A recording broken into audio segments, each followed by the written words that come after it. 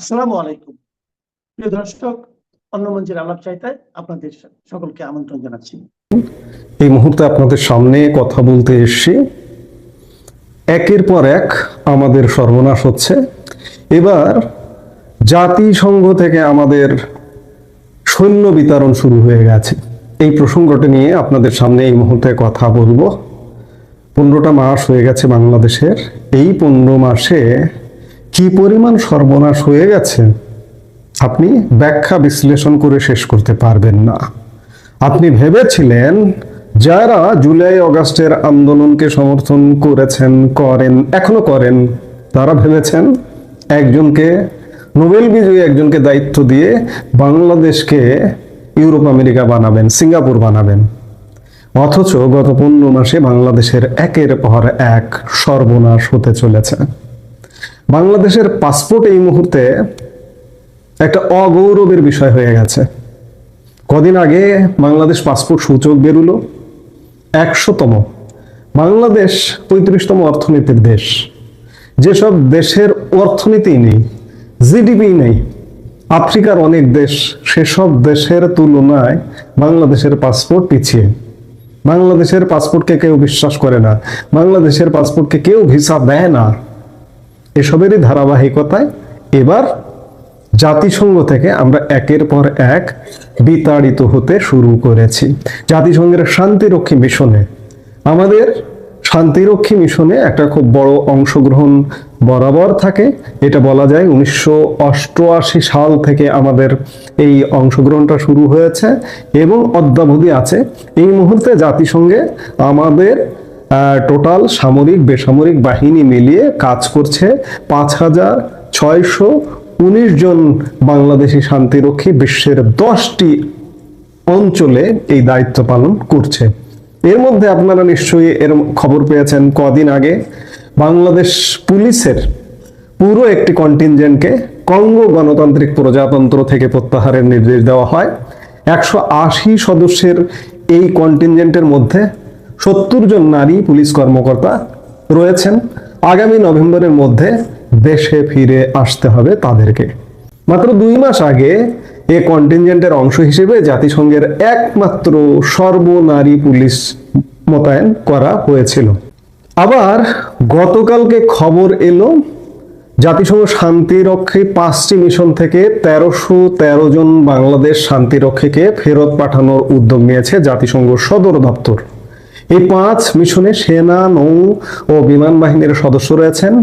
গত 14 অক্টোবর জাতিসংঘ শান্তিরক্ষা কার্যক্রমের মিলিটারি অ্যাফেয়ার্স কার্যালয়ের ভারপ্রাপ্ত সামরিক উপদেষ্টা লেফটেন্যান্ট জেনারেল শেরিল পিয়ার্সের পাঠানো এক চিঠিতে সামরিক সদস্য প্রত্যাহারের সিদ্ধান্তটি জানানো হয়।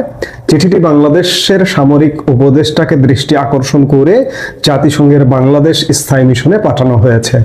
কেন এমনটা হচ্ছে? অর্থ সংকট। জাতিসংঘ শান্তিরক্ষী মিশনের অর্থ সংকট দেখা দিয়েছে।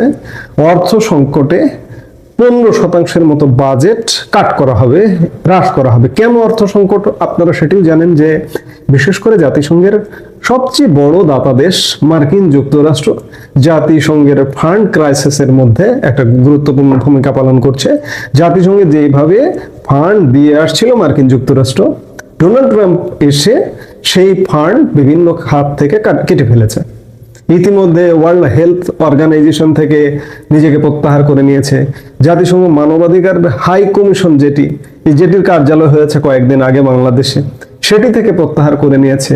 শান্তিরক্ষী মিশনে বরাদ্দ কমিয়ে দিচ্ছে এবং মূল জাতিসংঘ থেকেও নানা রকম বের হয়ে যাবার মতো অবস্থা ঘটছে, যার দরুন জাতিসংঘ হিসেব করে দেখাচ্ছে যে শান্তিরক্ষা মিশন থেকে 15% বাজেট হ্রাস করতে হবে। স্বাভাবিকভাবে 15% সৈন্য বা শান্তিরক্ষী বাহিনীর সদস্য যারা আছে তাদেরকে বাদ দিতে হবে। কিন্তু বাংলাদেশকে কিভাবে বাদ দিচ্ছে দেখুন। প্রায় 1500 জনকে ইতিমধ্যে বাদ দেবার খবর আমরা পেলাম। জাতিসংঘে কাজ করে কতজন? আমি খানিক আগে যে হিসেবটি বললাম যে 5619 জন বাংলাদেশি শান্তিরক্ষী বিশ্বের 10টি অঞ্চলে দায়িত্ব পালন করছেন। এখন যদি 15% বাদ দেয়, ম্যাক্সিমাম 800-900 সদস্য আমাদের বাদ দিতে পারে, কিন্তু ইতিমধ্যে 1500 সদস্য বাদের খবর পাওয়া গেল এবং এই বাদের তালিকাটা আরো দীর্ঘ হতে পারে, অর্ধেক হয়ে যেতে পারে। যেখানে 15% বাজেট ঘাটতি, সেখানে আমরা ইতিমধ্যে 25%-এর বেশি পড়ে গেছে। এই 25%-এর বেশি কেন পড়ছি? পুলিশের কন্টিনজেন্টকে যখন বাদ দেওয়া হলো, পুলিশের নাম প্রকাশে অনিচ্ছুক একাধিক শীর্ষ কর্মকর্তা বলেছেন শুধুমাত্র কূটনৈতিক দুর্বলতার কারণে বাংলাদেশ আজকে এই ক্ষেত্রেও ভয়ঙ্কর পরিণতিতে পড়ছে। কূটনৈতিক দুর্বলতার কারণে নানা ক্ষেত্রে যেমন ভয়ঙ্কর পরিস্থিতিতে পড়ছে বাংলাদেশ, পৃথিবী থেকে বিচ্ছিন্ন হয়ে যাচ্ছে, ঠিক তেমনি জাতিসংঘ শান্তিরক্ষী মিশন থেকেও বাদ পড়ছে। 15%, 800-900 বাদ যাবে। সেক্ষেত্রে বাংলাদেশ যদি কূটনৈতিক তৎপরতা চালাতে পারতো, 100-200 বাদ দিয়ে কিন্তু বাংলাদেশ মার্জনা পেতে পারত। কিন্তু ইতিমধ্যে বাংলাদেশকে শান্তিরক্ষী মিশন থেকে 25%-এর বেশি সদস্য বাদ দিয়ে দেওয়া হয়েছে, এবং আরো 25% যে আসবে না, কারণ কূটনৈতিক তৎপরতা নেই বাংলাদেশে। বাংলাদেশের এই মুহূর্তে বাবা মা কেউ নেই। তাহলে বাংলাদেশ কিভাবে এই যে একটি করে ঘটনা ঘটছে, এই ঘটনাগুলো থেকে কিভাবে উদ্ধার পাবে? উদ্ধার পাওয়ার কোনো উপায় নেই। এই মুহূর্তে যে সরকার চলছে, এই সরকার দেশবিরোধী সরকার যদি বলেন তাহলে ভুল হবে না। একমাত্র উপায় যথাযথ যোগ্য রাজনৈতিক সরকার আসতে হবে। এছাড়া আপনার পাসপোর্টের সূচক আপনি নেমে যাবেন, আপনি বিশ্বের কোথাও চাকরি বাকরি ব্যবসা বাণিজ্যের জন্য আপনি বাংলাদেশের মানুষ যেতে পারবেন না, বিশ্ব থেকে বিচ্ছিন্ন হয়ে যাবেন। জাতিসংঘ শান্তিরক্ষী মিশন থেকে একের পর এক মিশন কর্মীরা ফেরত আসবে, এবং আমাদের বিভিন্ন যারা বিশ্বের বিভিন্ন জায়গায় কাজ করে তাদেরও নানা রকম সমস্যা আছে, কিন্তু কূটনৈতিক কোনো রকম তৎপরতা নেই। সকল ক্ষেত্রে ব্যর্থতার মতো কূটনৈতিক তৎপরতার ক্ষেত্রেও সীমাহীন ব্যর্থতার পরিচয় দিয়েছে ইউনূস সরকার। তারই বহিঃপ্রকাশ ইতিমধ্যে প্রায় 1500 জাতিসংঘ শান্তিরক্ষী মিশন কর্মী বাংলাদেশে ফেরত পাঠানোর নির্দেশ দেওয়া হয়েছে। এর শেষ নাই। এইভাবে চলতে থাকলে এইভাবেই ধ্বংস হয়ে যাবে আমাদের সবকিছু। কাজেই কি করতে হবে?